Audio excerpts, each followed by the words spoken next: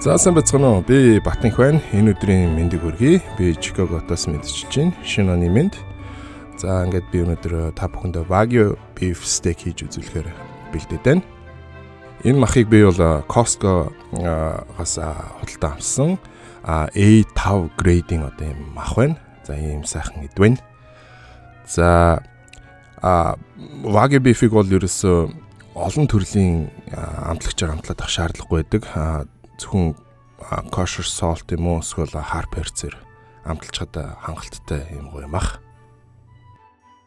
За Wagyu гэдэг үг нь болохоор ерөөсөө цэвэр Япон одоо үхэр гэсэн үг юм бэлээ. За нарийн орчуулга нь бол мэдэхгүй. За A5 гэдэг одоо тэр үнэлгээ нь болохоор A гэдэг нь болохоор үхрийн одоо биен дээрх махны одоо байршил болон одоо чанар. Тэгээ A гэдэг нь болохоор хамгийн өндөр зэрэглэл. 5 гэдэг нь болохоор 1-5 хоорондох одоо үхэр тэр махны үхрийн тэр махны болон өөхний тэр харьцаа. 5 гэдэг нь болохоор маш их өөхтэй гэсэн үг юм байлээ. Махных нь онцлог гэх юм бол өөх мах нь юм тустай биш, хоорондоо юм холилдсон юм marbling гэж энэ тэлдэг. Ийм өөх мах нь холилдсон юм гоё юм мах. Тэгээд өөх махных нь харьцаа бол ерөөсөй 50-50%. За энэ мах бол хаяа нэг Costco-д ирсэн байдیں۔ Яг цэвэр Японоос ирсэн мах. Kagoshima Prefecture гэж уншижсэн. За хэрвээ Америкт амьдардаг бол бас Costco-гоос нэг удаа бас авч идэж үзээрэй. Маш амттай гоё мах, харамсахгүй шүү гэдгийг бас хэлчихье.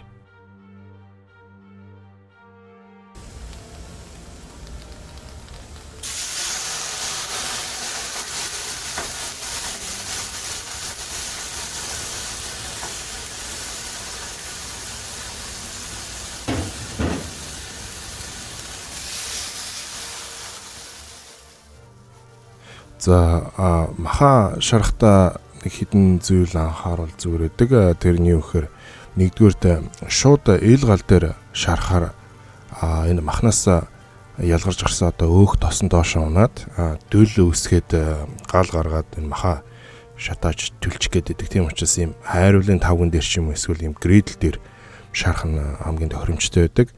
За өөр нэг зүйл юу гэхээр маха Wagyu-га шарахта тос хийгээд хэрэггүй. Яг тэгэхээр өөрөөсөө энэ Wagyu beef нь өөрөөсөө маш их тос ялгаруулдаг учраас одоо хайруулын тавгаач юм уу эсвэл энэ гридлээ тослох шархаас өмнө тослох шаардлага байхгүй байдаг.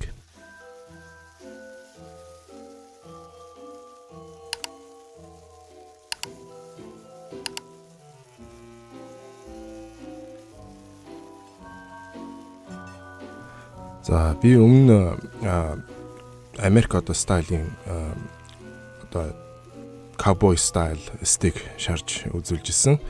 За тэрэн дээр болохоор махыг аль болох шүүрхий төөх хөвтөр идвэл илүү гоё гэж би дурдчихсан. Wagyu энэ beef steak-ын дээр бол ерөөсөө ямар ч байсан болно. Түүхий шүүрхий ч идсэн илүү бас амттай бүрэн болгосон ч яах ч айгүй гоё амттай байдаг. So үндсэндээ бол full proof гэж ярьж байгаа. Яаж ч хийжсэн энэ мах бол амжилттай гоёор шарагддаг амттайгаар. Тийм учраас Wagyu beef-ийг шарахт бол ерөөсөө айх юм байхгүй. Дутуу болголоо эсвэл илүү хит болгочлоо гэх зовх юм байхгүй. Хит болгосон ч гэсэн өөх махны алаглалт нь болохоор айгүй их өндөр учраас хит well done болгосон ч гэсэн мах нь итгэхэд айгүй гоё зөөлхөн амттай. Жоохон шүүрхий medium ч юм уу болгоод идсэн ч бас гоё амттай байдаг. Тийм учраас шарахад бол хамгийн амархан одоо ийм grill barbecue.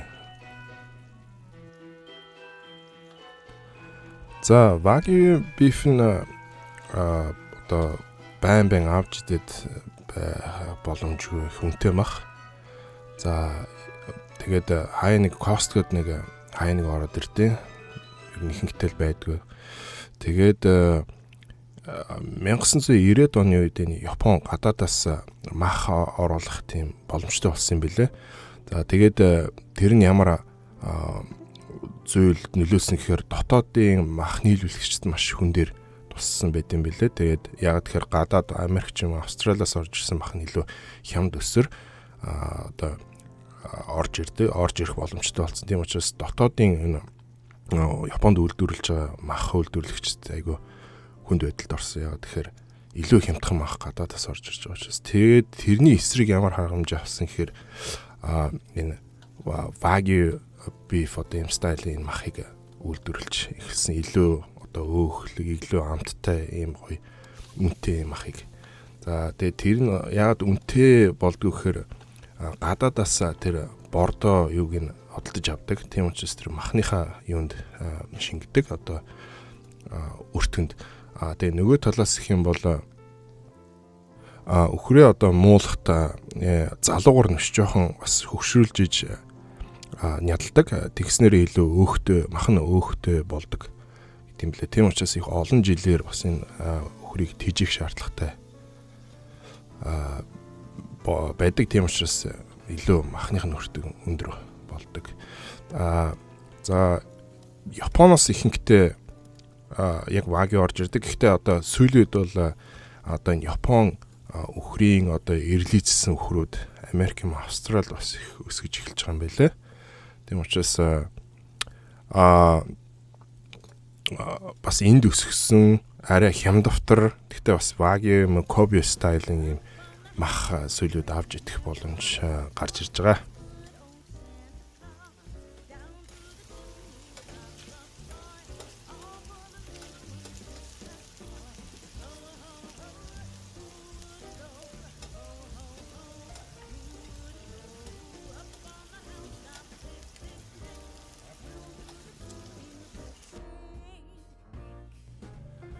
За ингээд бэлэн болсон байна. За би Wagyu beef бол нэлээд сайн шараад болгочлоо. За бүгдийг жижиглээд юм нэг хүний одоо хуруу шиг юм жижиг хэмжээгээр хэрчээд бүгдийг таслаад эргэн тойрон шарчлаа. За Wagyu beef-ийг идэхдээ бас нэг анхаарах нэг зүйл байна. Тэр нь юу гэхээр их идэж болохгүй, их шуналтаж идэж болохгүй. Айгүй юм үеиг их өөхтэй.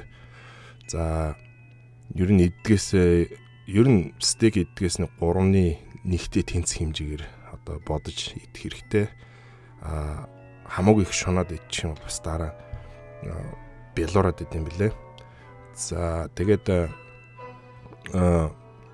ингээд амдаа игээд зайчлахад бол ерөөсөө аманд ороод хайлж байгаа. За тэгээ аюу амттай аманд ороод ерөөсөө нилээ ингээд хацхад бол нилээ бас тос ялгарч илээ. ийм мэдээж одоо 50-50% өөх махны одоо хайрцан учраас за тэгээд амтны хувьд үнэрийн хувьд гэх юм бас нэг ийм арай өөр юм онцлог амт үнэртэй. За тэгээд ерөөсөө хуруугаар ингээл задлахад ийм үнэхээр гоё амттай юм гоё болсон. За тэгээд эцэг хөвдөлт баярлалаа. За тэгээд дараа гоё шинэ бичлэг хийхээрээ тавина. За тэгээд шинэ оны мэнд. За намаас миний channel subscribe хийгээрэй. Лайк дараарай. Bye bye. Merry Christmas, you filthy animal.